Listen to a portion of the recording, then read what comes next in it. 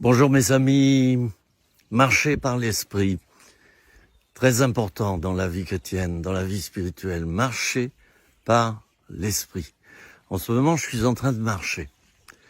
Alors dans ce terme que l'apôtre Paul utilise, marcher par l'esprit, et il dit ensuite, en conséquence, vous ne marcherez pas selon la chair, les deux sont opposés, nous dira-t-il, et c'est la vérité.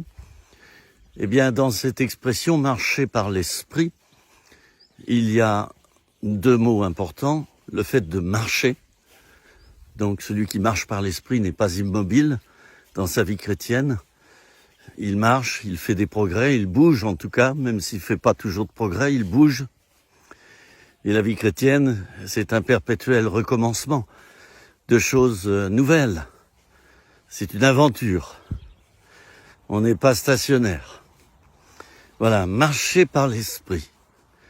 Il y a donc ce mot aussi, esprit, c'est l'esprit de Dieu. C'est Dieu lui-même. Alors, vous voyez, en ce moment, je marche, je sais d'où je viens et je sais où je vais. Mais je marche. Alors, dans la vie chrétienne, marcher par l'esprit, eh bien, le problème, c'est quelquefois, on ne sait pas où on va. Et c'est pourquoi il y a des chrétiens qui ont peur de marcher par l'esprit, parce qu'ils ne connaissent pas la destination. Alors Abraham était de ceux-là. Dieu lui a dit, pars vers le pays que je te montrerai. Donc par le futur. Le voilà bien avancé. Alors il réunit toute sa galerie, il réunit toute sa famille, il réunit ses serviteurs, et qui vont rassembler les troupeaux, et ils vont partir, sans savoir où aller, mais en se laissant guider. Et Moïse, dans le désert, bien, il a fait également un petit peu comme cela. La traversée du désert s'est faite beaucoup par révélation. Nous voyons dans les textes bibliques un Moïse préoccupé de son peuple, c'était le conducteur, c'était le berger du peuple. Alors il est préoccupé par le fait de conduire ce peuple qu'il aime, son peuple. Et donc, il va souvent rentrer dans la tente d'assignation lorsque le peuple est immobile. Eh bien, plus tard, donc, il y aura donc la tente d'assignation, et beaucoup plus tard, il y aura aussi donc la tente, je veux dire, où était renfermé donc dans le lieu très saint, l'arche de l'Alliance, avec plusieurs choses à l'intérieur. Bon, mais là n'est pas le sujet de mon étude très courte, je pense 5 à 10 minutes maintenant. Je me promène, c'était pas prévu, mais je prends la parole. Alors, dans les temps qui suivent, chers amis, Dieu va nous demander à nous chrétiens de plus en plus de marcher par l'esprit. Vous savez pourquoi? Eh bien parce que on ne pourra plus marcher par la chair.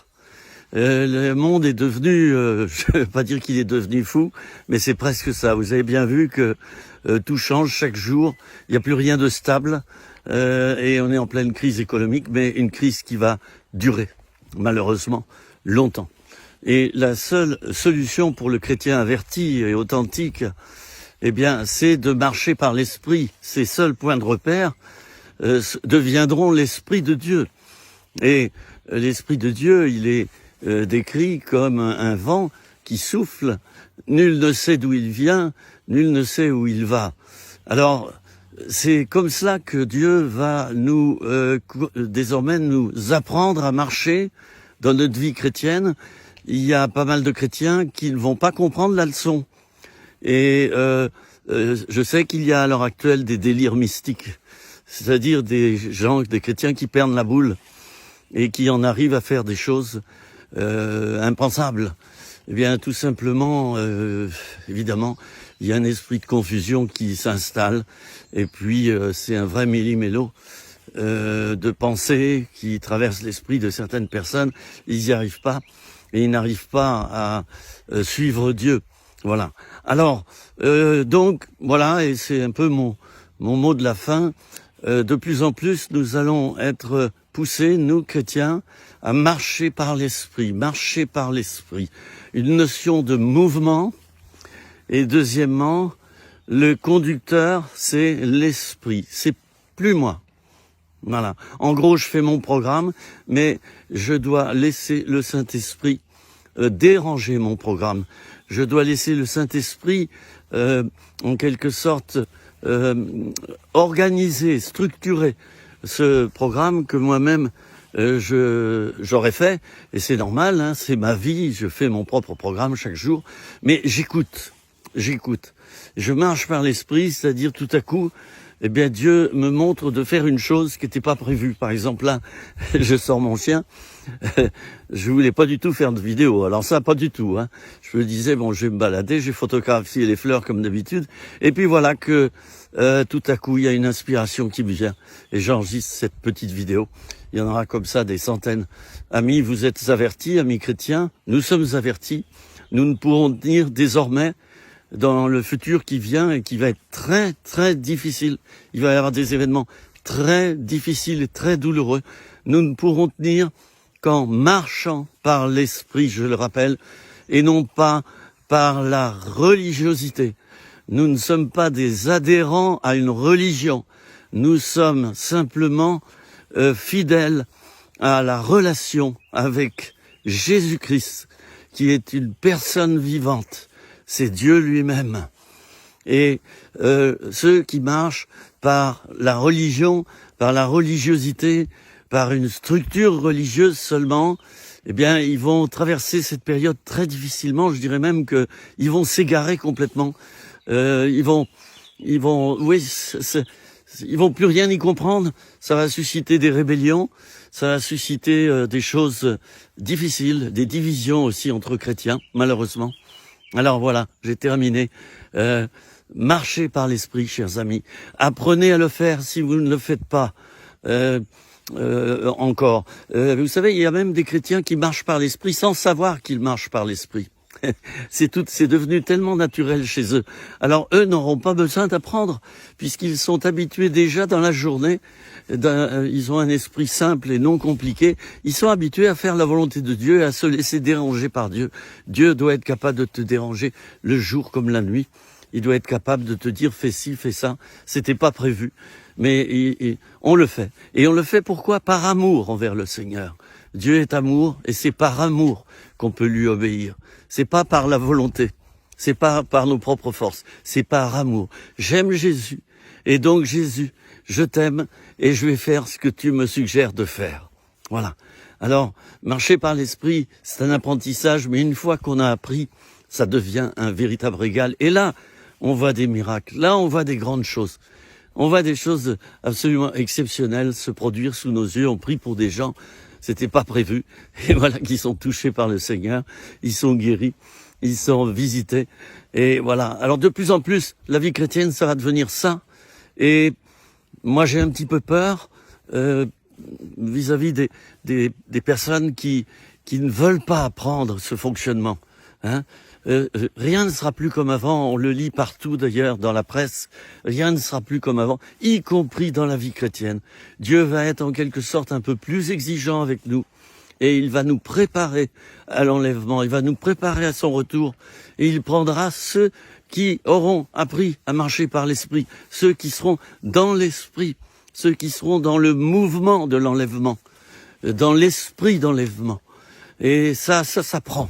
Alors, ne perdez pas de temps et puis, eh bien, marchez avec cet esprit de Dieu si merveilleux. C'est Dieu lui-même qui est à l'intérieur de vous. Commencez pas à l'appeler et à lui demander de venir. J'entends des chrétiens qui disent « Esprit de Dieu, viens en nous. Esprit de Dieu, visite-nous, viens en nous. » Mais mon frère, ma sœur, ça fait 20 ans que tu l'as à l'intérieur, tu le vois pas? Et tu l'appelles comme s'il était à 1000 kilomètres, ou à 200 000 kilomètres, ou à des années-lumière de toi. L'Esprit de Dieu est en toi, tu es le temple du Saint-Esprit. Donc, cesse donc de demander quelque chose, de demander à recevoir quelque chose qui est déjà en toi, c'est déjà en toi. Alors, profites-en et parle à l'Esprit de Dieu, et l'Esprit de Dieu te répondra. La Bible nous dit qu'il agira en nous et qu'il nous convaincra en matière de péché, de justice et de jugement. L'Esprit de Dieu connaît tout. Il a le caractère de Dieu, hein, l'omniscience, l'omniprésence, l'omnipotence, la miséricorde, l'amour, enfin, tous ces traits de caractère de Dieu, l'Esprit de Dieu là, puisqu'il est Dieu lui-même. Nous avons un Dieu en 3 personnes. L'Esprit n'est pas seulement une puissance, comme ça, une force qu'on appelle. Non, l'Esprit de Dieu est une personne. L'Esprit de Dieu fait partie de la Trinité en 3 personnes. Père, Fils et Saint-Esprit. Alors arrêtez de prendre le Saint-Esprit seulement comme s'il était une force. Voilà, une force qui va ça et là. Non, l'Esprit de Dieu est une personne et cette personne est en toi. Tu es le temple du Saint-Esprit. Le tabernacle de Dieu, il est à l'intérieur de toi. Amen. Alors je t'encourage et je termine là. Je t'encourage pour que tu fasses beaucoup de progrès spirituel et que tu marches de plus en plus et de mieux en mieux par l'Esprit. Je vous embrasse tous. Salutations fraternelles depuis la montagne, depuis les monts du Lyonnais. Vous voyez, j'ai repris un petit anorak et un foulard parce qu'il y a la fraîcheur là. On a eu de l'orage, on a eu de la pluie et il fait frais. Surtout en montagne, ça va vite. Le soir, les températures redescendent. Voilà, j'ai devant moi la nature qui est toujours aussi magnifique. Et je vois Dieu au travers de la nature. Je vois ces arbres, je vois ces fleurs, je vois tout, ces troupeaux de moutons, ces bœufs, ces animaux qui sont dans les champs. Et je m'émerveille. Et puis je vois aussi ces rouleaux de paille pour nourrir les bêtes qui sont là au milieu des champs. Et c'est sublime, c'est sublime. Je suis bien content de ne plus habiter en ville. À bientôt les amis. Et eh bien, bah oui, on va se retrouver comme ça régulièrement pour des petits temps de partage. N'hésitez pas à mettre vos réactions au bas de ces vidéos. Voilà, je vous aime et à bientôt. Au revoir.